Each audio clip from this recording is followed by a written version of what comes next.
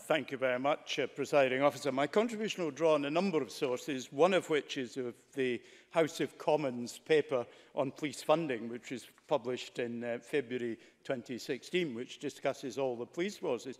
But perhaps let me start with a letter from the UK Minister, David Gauke, at HM Treasury, which was sent to the convener of the Justice Committee here, and it's dated the 26th of February 2016.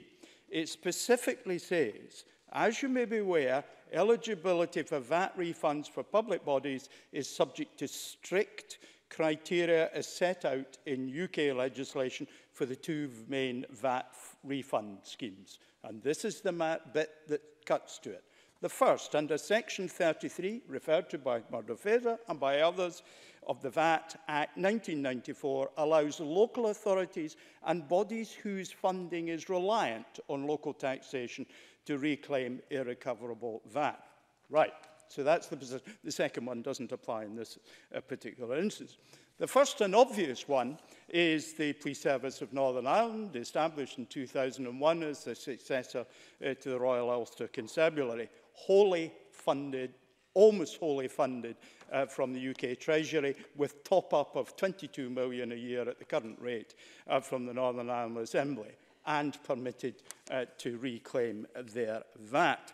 Now, in relation to Police Scotland, if we look at page 16 of the report on the draft budget 2015-16 that came from our Justice Committee here, we see that 329 officers in Police Scotland are funded by subventions from local authorities.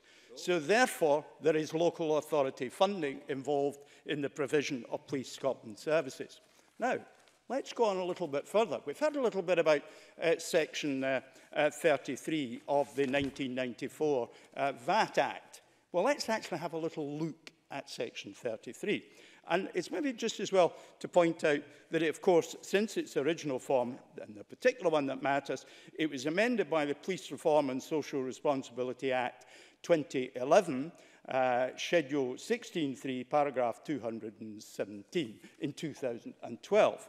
Now, there's some very interesting and odd things. There are two lists in Section 33, one for England and Wales, one for Northern Ireland and Scotland. So let me just give you a flavour of some of the things that are on the Northern Ireland and Scottish list. A Police and Crime Commissioner, the Mayor's Office for Policing and Crime, and a police authority and the receiver for the Metropolitan Police District.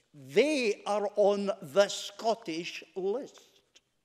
The Scottish list. But yet Police Scotland is not on the Scottish list. The British Broadcasting Corporation, based in London, is on the Scottish list. And I don't need to go on. The whole thing is a legal and practical guddle that is unsustainable politically, and almost certainly, in the light of David Gauke's letter, unsustainable in legal terms as well. So, Presiding Officer, in bringing this debate to the Chamber today, Ben Macpherson has given us that opportunity to visit some of the detail that is in the paper that's before us. Northern Ireland, the clear example that shows why we should get our VAT back. Presiding Officer, 4 minutes, you can touch a few things, but I think there's a few things that need to be looked at again. Presiding Officer. Yeah.